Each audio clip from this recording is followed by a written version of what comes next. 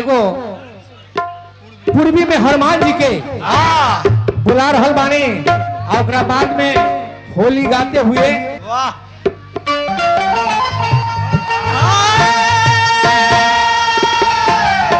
चलिए भैया हो चारों युग में उनकर नाम रोशन बा भैया। चारों युग प्रताप तुम्हारा है प्रसिद्ध जगतु जी हनुमान जी ऐसा देवता बाने कि चारों युग में उनकर नाम बा आज जे भी कष्ट आवेला शनिवार मंगलवार के रुआ से पूजा करे हमरो ऊपर कष्ट बा हम पूजा करी ले अकहर बुद्धिमान लोग में बल के ना अंत बा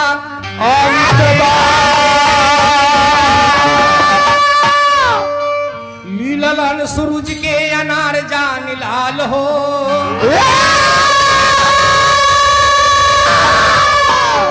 राक्षस से रक्षित रउदलन अशोक बन लंका जरवलन कटलन सी अशोक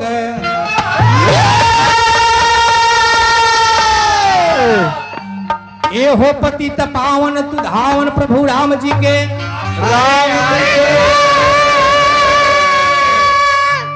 भक्त प्रतिपाल मैया अंजनी के लाल हो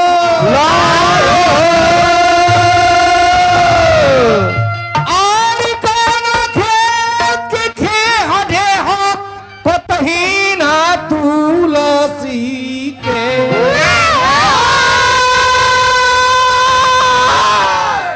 अरे जग में पूजैल जब भैल दयाल हो ई बात वो टाइम के बाद हाँ सब व्यास लोग आवता हम हो दो चार गो लाइन गा रहे बाने हाँ हो सीता जी जब हाँ जी अशोक वाटिका में बारी हनुमान जी प्रभु श्री राम के आदेश पाके हाँ वही जगह पहुंचल बाने हाँ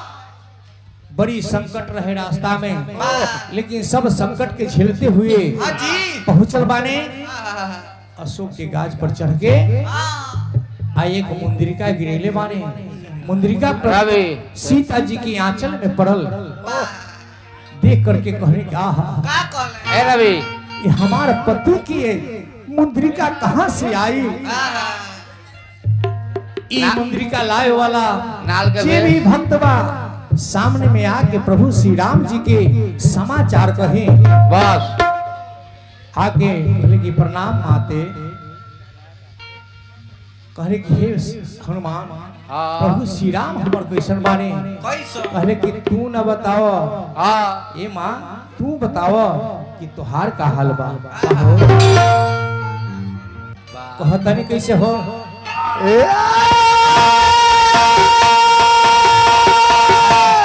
अरियाचा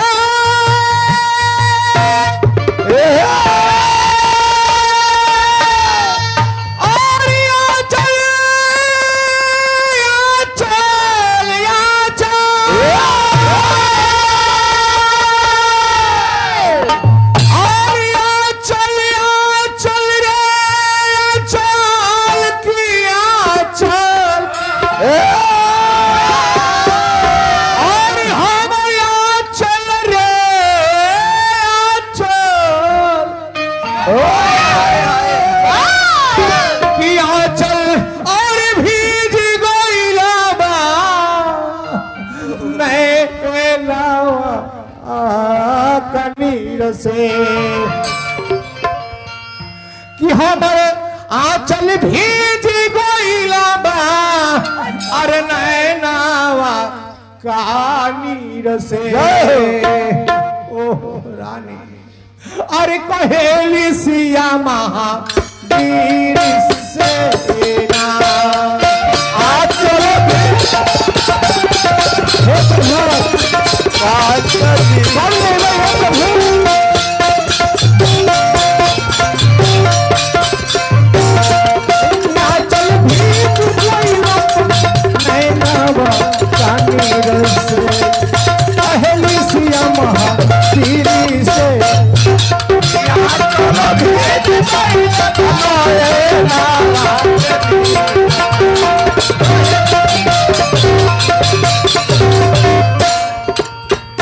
हनुमान प्रभु श्री राम जी कमली हैं।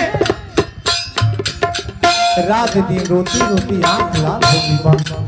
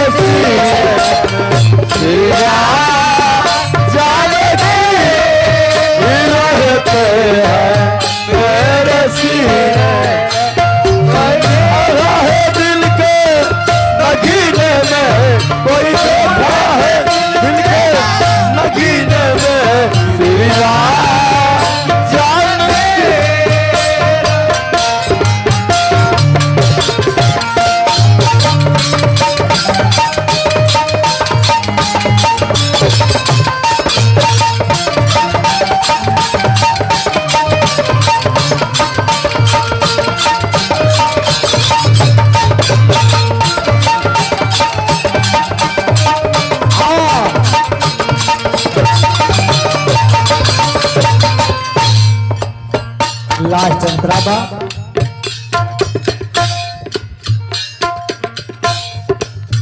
कहे राम तारे नारी सुना सुना दादा धारी कहे राम तारे सुना सुना दादा धारी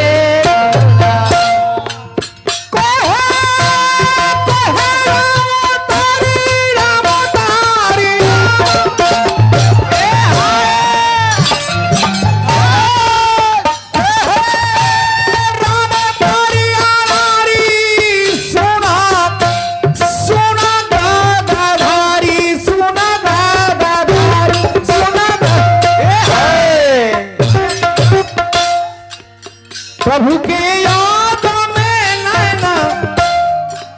प्रभु के याद में आंसू गिरे हमारा तीर से। जय हो अरे कोहेली सिया महा अरे वीर से